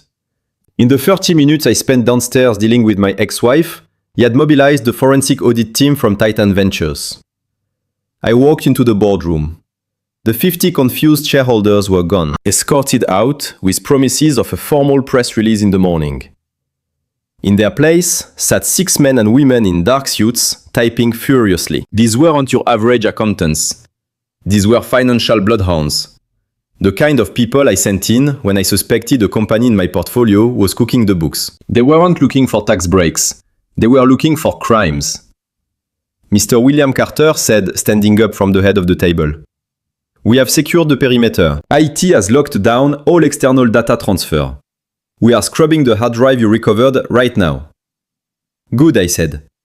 I walked over to the window and looked down at the city. Police lights were already flashing below a silent disco of red and blue. Bring him in, I ordered. The side door opened. 2 security guards escorted Thomas into the room. He was no longer wearing his jacket. His shirt was soaked in sweat and his tie was crooked. He looked like a man who had fought 12 rounds with a professional boxer and lost every single one of them. He wasn't in handcuffs yet, but the way the guards held his arms made it clear he was not a free man. I had ordered security to hold him in the lobby. I needed him here. I needed him to see exactly what we found. I needed him to understand that this wasn't a hostile takeover. It was an execution. Thomas shook off the guards and straightened his shirt, trying to summon the ghost of his former authority. He looked around the room, sneering at the auditors. This is illegal, William. He spat his voice, shaking with a mix of rage and fear. You can't hold me here. I am the CEO of this corporation. These are my offices. You are staging a coup. I will sue you for everything you are worth. I will sue you for corporate kidnapping for harassment. Sit down, Thomas, I said. I didn't raise my voice. I didn't have to. I pointed to a chair at the far end of the table, miles away from the seat of power he used to occupy. Thomas hesitated, then sat down, crossing his arms, looking defiant. Do you think you have won just because you have some old stock certificates? He scoffed. You don't know how to run a company like this. You don't know the first thing about global logistics or supply chains. You need me. I looked at the lead auditor. A woman named Sarah, who had previously worked for the Treasury Department, hunting cartel money. Sarah, surely you have found something interesting by now, I said. Sarah didn't look up from her screen immediately. She typed a few more commands and then hit enter. The main screen behind me lit up. It was a spreadsheet, a long complex web of wire transfers, vendor payments, and offshore accounts. To the untrained eye, it looked like normal business. To me, it looked like a confession. We cross-referenced the deletion logs from the server room with the actual bank records provided by your Titan Ventures clearance. Sir Sarah said in a dry, clinical voice. It seems Mr. Archer has been very busy. She highlighted a section of the spreadsheet in red. Thomas stiffened. Over the last 18 months, Archer Global has paid $45 million to a vendor called Verona Consulting for logistical support. Sarah explained. We tracked the ownership of Verona Consulting. It is a shell company registered in the British Virgin Islands. So what? Interrupted Thomas, sweat beading on his forehead. We use international consultants. That is standard practice. Sarah pressed a button. A photo popped up on the screen. It wasn't a consultant's report. It was a satellite image of a massive cliffside estate overlooking the ocean. Verona Consulting has only one asset, Sarah continued. A historic villa in Tuscany, Italy. 3 villas actually. A compound. The deed was transferred 6 months ago to a private trust. She tapped the screen again. Another photo appeared. This one showed a sleek white superyacht docked in a Mediterranean marina. And this is the 70-foot azimuth yacht christened the Victoria, Sarah said. Purchased by a subsidiary of Verona Consulting for $12 million. I looked at Thomas. He wasn't sneering anymore. He was staring blankly at the table, his face grey. You named the yacht after your sister, I said. That is almost touching, Thomas. You were planning to sail away together after bankrupting the company. I didn't steal it, Thomas whispered. It was executive compensation. It was a bonus. I earned it. The board would have approved it. I walked the length of the table until I was standing right next to him. The board didn't know, Thomas. You hid these payments under operating expenses. You listed a Tuscan villa as warehouse storage. You listed a yacht as marine transport equipment. I slammed my hand on the table. Thomas jumped. That isn't a bonus, I said. That is embezzlement. That is fraud. You stole money from the pension fund. You stole money from the shareholders. You stole money from me. Thomas stood up, knocking his chair backward. I am the CEO, he yelled, his voice cracking. I can buy whatever I want. This is my father's company. It belongs to me. You are just a mechanic. You are nothing. You can't fire me. I have a contract. I have a golden parachute. If you want me gone, you have to pay me out. $200 million. It is in the bylaws. He was right about the bylaws. He had written them himself. A poison pill clause that guaranteed him a massive payout if he was ever terminated without cause. He thought he had me in checkmate. He thought I would have to pay him to leave. I looked at Carter. Do we have the document I asked? Carter slid a single sheet of paper across the table. I picked it up. It wasn't a check. It was a termination notice. I signed it with a heavy black pen. The scratching sound was the only noise in the room. Thomas Archer. I said, handing him the paper. You are hereby terminated from your position as CEO of Archer Global, effective immediately. Thomas snatched the paper. He scanned it, his eyes wide. You have to pay me, he screamed. Termination without cause. Where is my money? Read the header, Thomas, I said. He looked closer. Termination with cause, he read. Breach of fiduciary duty. Gross negligence, criminal embezzlement. He looked up at me, his eyes wide with horror. With cause means no severance, I said. It means no golden parachute. It means no stock options. It means you walk out of this building with exactly what you have in your pockets. You can't do this, he stammered. I will fight you. You can try, I said. But you are going to be very busy. I checked my watch. I called the FBI 5 minutes ago, Thomas. I sent them the server logs. I sent them the wire transfers. I sent them the pictures of the villa and the yacht. Thomas froze. The color left his face completely. You called the feds, he whispered. The elevator doors at the end of the hall chimed. Heavy footsteps approached the boardroom. Thomas turned towards the door, terror in his eyes. The double doors swung open. 6 agents wearing blue windbreakers with yellow FBI lettering stepped into the room. They moved with the precision of predators. Thomas Archer, the lead agent, announced, You are under arrest for securities fraud, wire fraud, and embezzlement. Thomas tried to run. It was a pathetic, instinctive reaction. He scrambled toward the side door, tripping over his own feet. 2 agents grabbed him before he took 3 steps, spun him around, and slammed him against the wall. I watched as they pulled his arms behind his back. I heard the metallic click of the handcuffs tightening. It was a sound I had waited 15 years to hear. Thomas was crying now. Snot and tears streamed down his face. William, help me, he whimpered. Don't let them take me. I am sorry. I will give it back. I will give back the yacht. Just make it stop. I stood perfectly still. I didn't look away. I wanted to remember this. I can't help you, Thomas, I said. I am just a shareholder. This is a federal matter. The agents dragged him toward the elevator. The entire office staff had gathered in the hallway. Secretaries, analysts, junior executives stood in silence, watching the man who had terrorized them for years being led away in handcuffs. Thomas looked at them, then at me. His eyes were filled with hate, but mostly they were filled with the realization that his life was over. As the elevator doors closed on his screaming face, I turned back to the auditors. Sarah looked at me. She didn't smile. She simply nodded. "We have a lot of work to do, Mr. William," she said. "The books are a mess." I sat down at the head of the table. I felt tired, a deep, bone-weary exhaustion, but my mind was crystal clear. "Find every penny," I said. "Find every shell company. Find every stolen dollar. I want to know exactly how much it took." And then I said, looking out at the city skyline, "We are going to earn it all back." I pulled out my phone. I had one more loose end to tie up. One more squatter to evict. I dialed the number for the head of security at the coastal estate. "Prep the house," I said. "I am coming home. And change the locks again.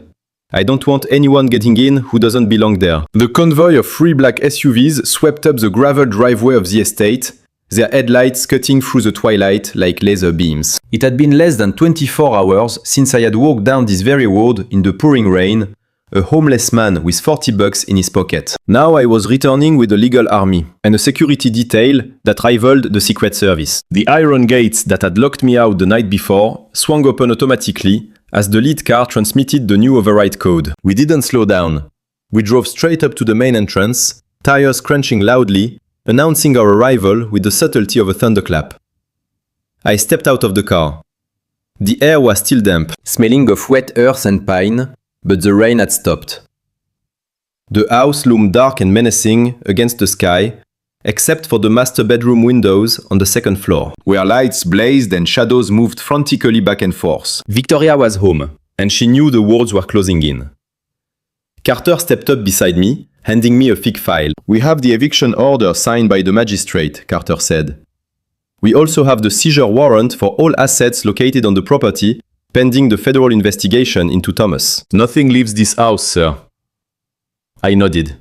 "Let's go." The front door was locked, but Ramirez, the new head of security I had appointed from the Titan team, stepped forward with a battering ram. He didn't need to use it. As soon as he raised it, the door swung open. Victoria stood in the foyer. She wasn't wearing her designer dresses or spa robes. She was wearing jeans and a cashmere sweater, her hair pulled up in a messy bun. She looked wild, cornered. Behind her in the hallway sat 3 massive Louis Vuitton trunks, open and overflowing. "Get out!" she screamed, her voice cracking. "This is private property. You have no right to be here. I called the police." I walked past her into the foyer. My shoes clicked on the marble floor that I had polished myself for years. "The police are busy processing your brother, Victoria," I said calmly. "And they aren't coming to help you. They are coming to catalog the evidence." I looked at the trunks. They were stuffed with everything she could grab. Silverware from the dining room, a small Matisse painting that usually hung in the study, jewelry boxes overturned in chaotic piles of gold and diamonds. She wasn't packing. She was looting. "This is my house," she shrieked, throwing herself in front of the luggage. "My father built this house. It belongs to the Archer Family Trust. You can't take it. It is the only thing I have left." I stopped and looked at her. It was pathetic. She was clinging to a fantasy that had died years ago. "Carter," I said without taking my eyes off her. "Please explain the real estate situation to my ex-wife." Carter stepped forward, flipping the file open. He pulled out a deed, the paper crisp and white. Mrs. Archer Carter began, his voice devoid of emotion. "The Archer Family Trust declared insolvency 5 years ago. Your lifestyle, combined with your brother's gambling debts, drained the liquidity. The bank initiated foreclosure proceedings on this property in 2019. Victoria froze. "What? That is a lie." "Thomas told me he refinanced it." "Thomas lied to you about many things," Carter continued. "He didn't refinance. He was going to let the bank take the house. He was going to let you get evicted." She shook her head, backing away. "No, we still live here. The bills are paid. The bills are paid because a private equity firm stepped in and bought the distressed asset from the bank for $12 million. Paying off the lines and allowing the occupants to remain as tenants at will. Carter said.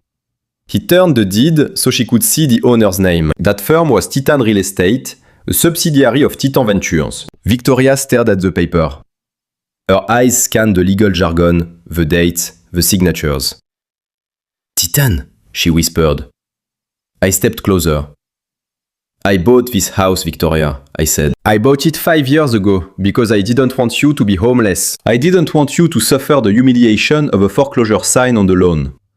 I let you believe it was still yours because I knew your pride was the only thing holding you together. I gestured toward the grand staircase, the chandelier, the walls she claimed to love. You have been a guest in my house for 5 years. You have been living off my charity while treating me like a servant. She looked at me, her face crumbling. You knew. You knew the whole time and you let me treat you like garbage. I didn't let you do anything, I said coldly. You chose to treat me like garbage. I simply chose not to stop you. Until now. She looked at the suitcases and then back at me, her eyes hardening with a sudden desperate resolve. Fine, she spat. Keep the house, it's too big anyway. I am leaving and I am taking my things. She grabbed the handle of the largest trunk and tried to drag it toward the door. It was heavy, loaded with silver and gold. Ramirez stepped in front of her, blocking the way. I am afraid you can't take that, ma'am, Ramirez said. Victoria let go of the handle and turned to me, her manicured nails bared like claws. These are my clothes, my jewelry, my art. You can't keep my personal property. That is theft. I walked over to the open trunk, reached in and pulled out a diamond necklace. A cascade of stones that sparkled in the foyer light. It still had the auction house tag on the clasp. I remember this, I said. You bought it last year for your birthday. $300,000. It was a gift, she hissed. From the company. Exactly, I said. I dropped the necklace back into the trunk. We audited the credit card statements this afternoon, Victoria. This necklace was bought with an Archer Global corporate card. So was the Matisse. So was the silverware. So were the Louis Vuitton trunks. I looked at Carter. What is the legal definition of taking company assets for personal use without board approval? Carter. It is grand larceny, Sir, Carter replied. And since the company is now under federal investigation, removing these items would also be considered evidence tampering and obstruction of justice. I turned to Victoria. You are not packing, Victoria. You are stealing. These items belong to the shareholders of Archer Global, and as the majority shareholder, I will press charges if a single teaspoon leaves this building. Victoria stared at the trunks. They were no longer her escape. They were evidence lockers. She backed away from them like they were radioactive. She looked down at her hands, pulling off a diamond ring, then a bracelet, letting them drop to the marble floor with a clatter. I want my clothes, she whispered, her voice shaking. Just my clothes. You can't take the clothes off my back. I nodded to Ramirez. Check the bags I ordered. Remove anything bought with company funds. Leave her the basics. Ramirez and two other guards knelt by the trunks. They worked efficiently, emptying the contents onto the floor. They separated the haute couture dresses, the fur coats, the designer handbags. They left a pile of jeans, sweaters, and t-shirts. Victoria watched them dismantle her life. She was shivering, her arms wrapped around herself. Are you enjoying this? She said, looking at me with pure hatred. You are a sadist.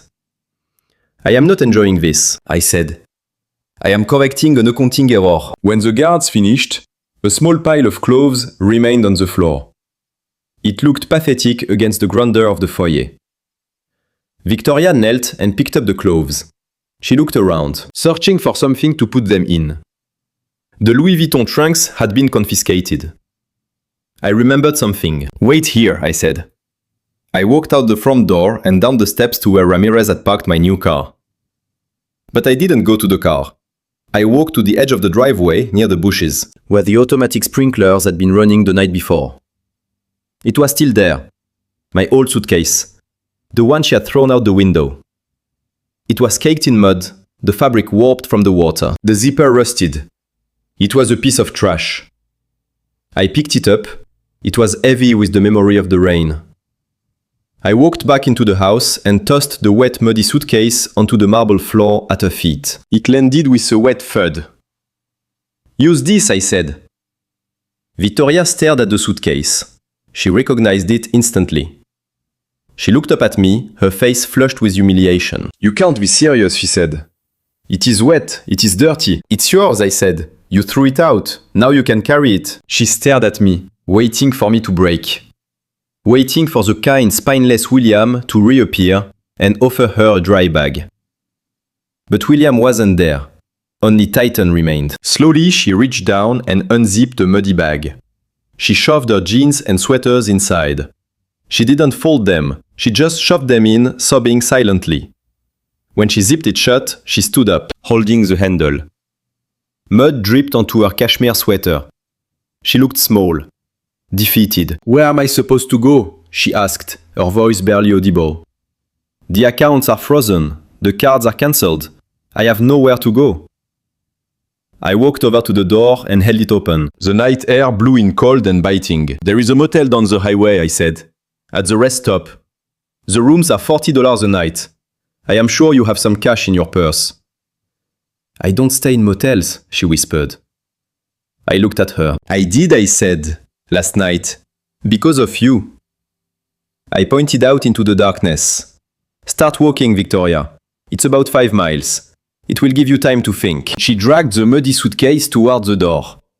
She paused on the threshold, looking back at the warm, brightly lit interior of the mansion, at the life she had taken for granted. "You are a monster," she said. I looked at her. At the woman who had lied about my death to sleep with another man. Who had conspired to steal her father's legacy. Who had thrown an old man out into the rain. I didn't speak. "I am just the investor you forgot to pay back." She stepped out onto the porch. "And Victoria?" I added. She stopped her back to me. "You were right about one thing."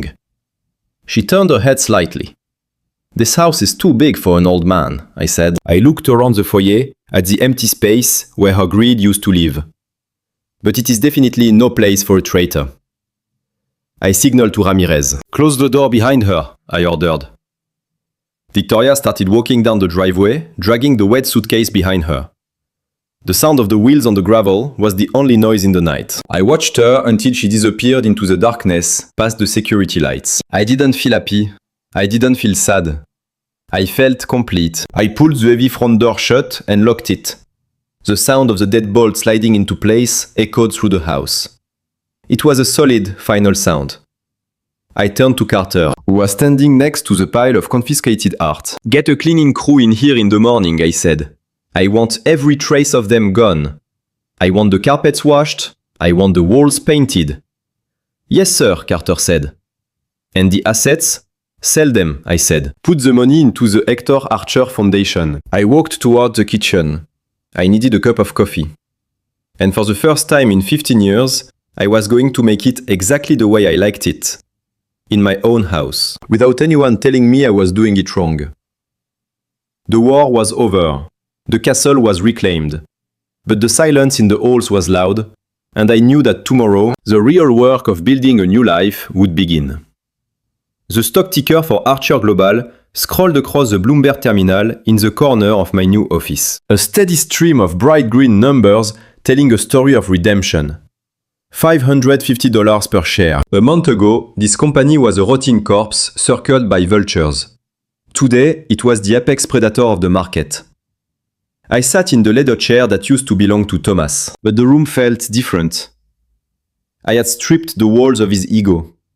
The portraits of him shaking hands with politicians were gone. The humidor full of illegal Cuban cigars was in the trash. The room was sparse, functional, and efficient.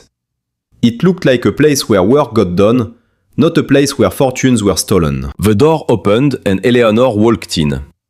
She was 32, with a mind like a diamond drill and a work ethic that reminded me of myself 40 years ago.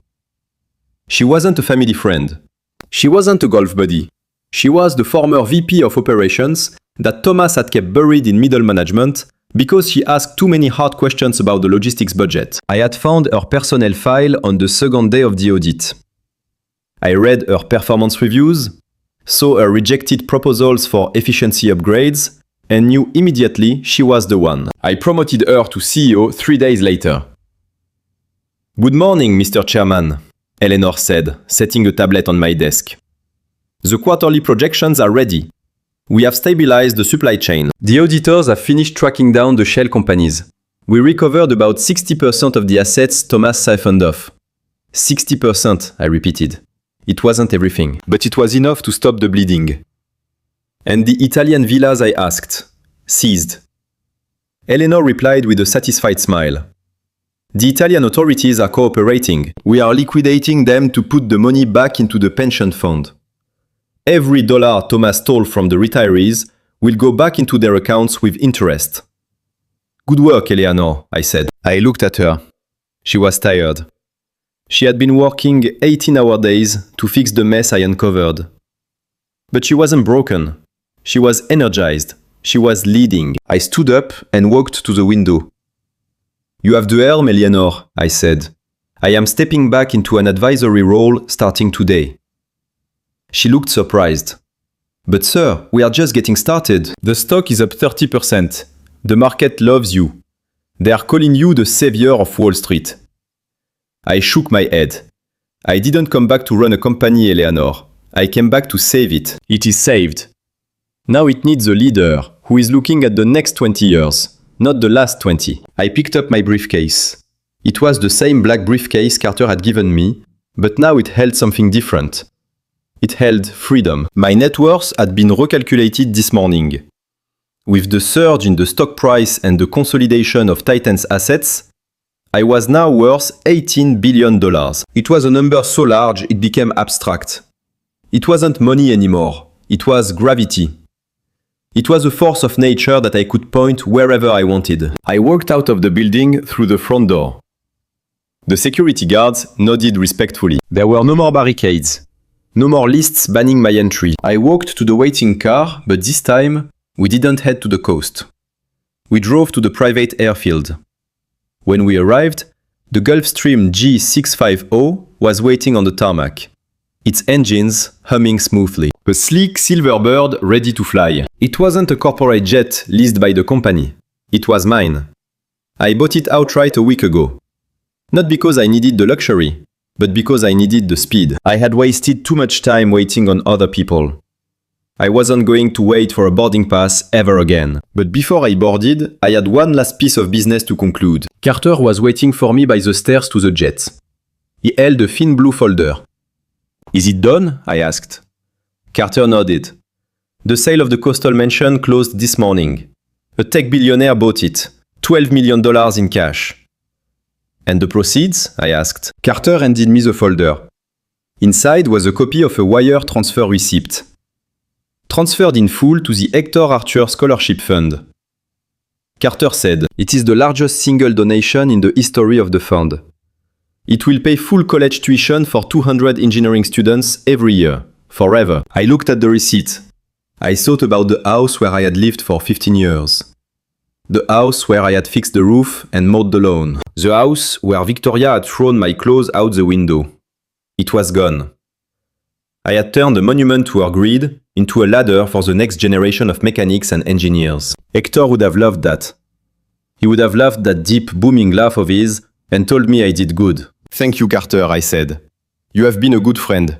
"I will continue to manage the Titan portfolio from the city," Carter said. "Where will you be if we need you?" I looked up at the plane. "I don't know," I said. And that is the point. I walked up the stairs and stepped into the cabin. The interior was cream leather and polished walnut. It smelled of newness and possibility. I sat down in a window seat and buckled up. I was alone. There was no entourage, no sycophants, no wife telling me I was embarrassing her. The pilot's voice came over the intercom. "We are cleared for takeoff, Mr. Anderson. Flight time to Paris is 7 hours. I opened the folder on the table in front of me. They weren't business reports. It was a dossier on clean energy startups. Solar farms in Morocco, tidal energy in Scotland, next generation battery tech in Japan. I had $18 billion. I wasn't going to let it sit in a vault. I was going to use it to build things. I was going to be the mechanic for the world, fixing problems that actually mattered. The jet taxied to the runway. I felt the surge of power as the engines roared to life. We accelerated, pushing me back into the seat. The ground fell away. The city, with all its noise and memories, shrank until it was just a grid of lights beneath me. I took a deep breath. For the first time in months, my chest didn't ache. The knot of anxiety that had lived in my stomach was gone. My phone buzzed on the table. I picked it up. It was a text message from an unknown number. I opened it. "William, it's me, Victoria. Please answer. I am at a motel in Queens. They kicked me out because my card declined. I haven't eaten since yesterday. I am hungry. William, please. I am sorry. I love you. Send money, just a little." I stared at the words. I remembered the dinner at the fancy restaurant. I remembered her laugh as she dropped the torn check into her wine. I remembered her screaming at me in the rain. I felt nothing. No anger, no pity, no satisfaction. Just a vast, empty indifference. She was a stranger. She was a bad memory from a life I didn't live anymore. I didn't type a reply. I didn't send money. I didn't ask her if she remembered throwing my clothes in the mud. I tapped the info button on the contact. I scrolled to the bottom of the screen. Block contact. I pressed it. The message disappeared. I looked out the window. We were above the clouds. The sky was now a deep, endless indigo stretching toward the horizon. The sun was setting behind us, but we were flying east, toward the sunrise. I hit the intercom button. "Captain," I said. "Yes, Mr. Anderson. How fast can this thing go?" "Mach .92, sir." "Push it," I said. "I have a dinner reservation in Paris." "Who are you meeting, sir?" the pilot asked politely. I smiled. I looked at the reflection of the old mechanic in the window, and I saw the Titan looking back at me. "I am meeting an old friend," I said. I closed the folder and leaned back, watching the stars come out. "I am having dinner with freedom." The Gulfstream touched down at Le Bourget Airport just as the sun painted the Parisian skyline in shades of violet and gold. Customs was seamless, a privilege of the ultra-rich. I was still getting used to. But I didn't linger in the VIP lounge to sip champagne or shake hands with dignitaries. I took a simple black car to the 7th arrondissement. I wasn't heading to the Ritz or the Georges V. I was going to a tiny bistro on a cobblestone street. A place that smelled of roasted duck and vintage wine. A place where nobody knew what a hedge fund was and nobody cared about hostile takeovers. Inside, sitting at a corner table near the window, was Isabelle. She wasn't a model or a socialite. She was 75, with silver hair cut in a sharp, elegant bob, and hands that were permanently stained with oil paint and turpentine. We had met 10 years ago on an obscure online forum for antique mechanical watch restoration, my secret hobby that kept me sane during the long nights at the coastal mansion. She only knew me as Gearhead 88, a retired engineer who liked complex mechanisms. She didn't know I was Titan. She didn't know I had just dismantled the corporation. "You are late, William," she said as I approached, her thick, charming French accent wrapping around the words. She tapped her wrist where a vintage Patek Philippe rested. It was a watch I had helped her source parts for 3 years ago. "I had some heavy baggage to unload," I said, taking the seat across from her. She looked at me with her sharp, evaluating eyes. She saw the new suit, the lack of the usual slump in my shoulders, the way I held my head high. She was an artist. She noticed details others missed. "You look lighter," she observed, taking a sip of red wine. "Did you finally fix that transmission you were complaining about?" I laughed. It felt genuine, bubbling up from my chest, without the weight of secrets holding it down. "In a way," I said. I replaced the whole engine. We ordered dinner. Coq au vin for me, a simple salad for her. We talked for hours. We didn't talk about mergers or SEC filings, or the betrayal of children. We talked about the escapement mechanism of a Breguet tourbillon. We talked about the way the light hits the lavender fields in the south of France. We talked about life. For the first time in 15 years, I wasn't editing my sentences to avoid triggering a tantrum from my wife. I wasn't hiding my intelligence to make someone else feel big. I was just William. When the check arrived, I instinctively reached for it. My black Centurion card was in my pocket, ready to buy the whole restaurant if I wanted to. Isabelle put her hand over mine. Her fingers were strong, toughened by years of stretching canvases and mixing pigments. No, she said firmly. We split the bill, like always. I looked at her. I had $18 billion in the bank. I could buy this bistro and the block it sat on without blinking. But I looked at Isabelle's proud chin, her steady gaze. I knew that if I insisted on paying, if I tried to play the big shot, I would insult her. To her dignity was paying her own way. It was meeting as equals. All right, I said, pulling my hand back. We split it. It was the best money I had spent all week. It wasn't charity. It wasn't a bribe. It was just dinner with a friend. As we stepped out onto the street, the cool Paris evening air wrapped around us. My phone buzzed. I pulled it out, intending to silence it, but the preview on the screen caught my eye. It was a news alert from the Financial Journal. Archer Global CEO indicted. Thomas Archer denied bail. Federal prosecutors allege massive Ponzi scheme.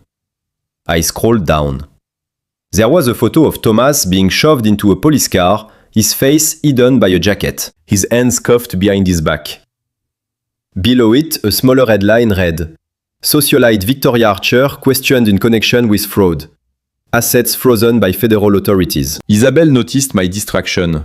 She stopped and looked at me. Bad news? She asked. I looked at the screen one last time. I thought of the fear in Thomas's eyes. I thought of Victoria walking in the dark, dragging that muddy suitcase. I thought of the years of insults, the cold dinners, the loneliness. No, I said, sliding the phone back into my pocket. Just old news, ancient history. So what now, William?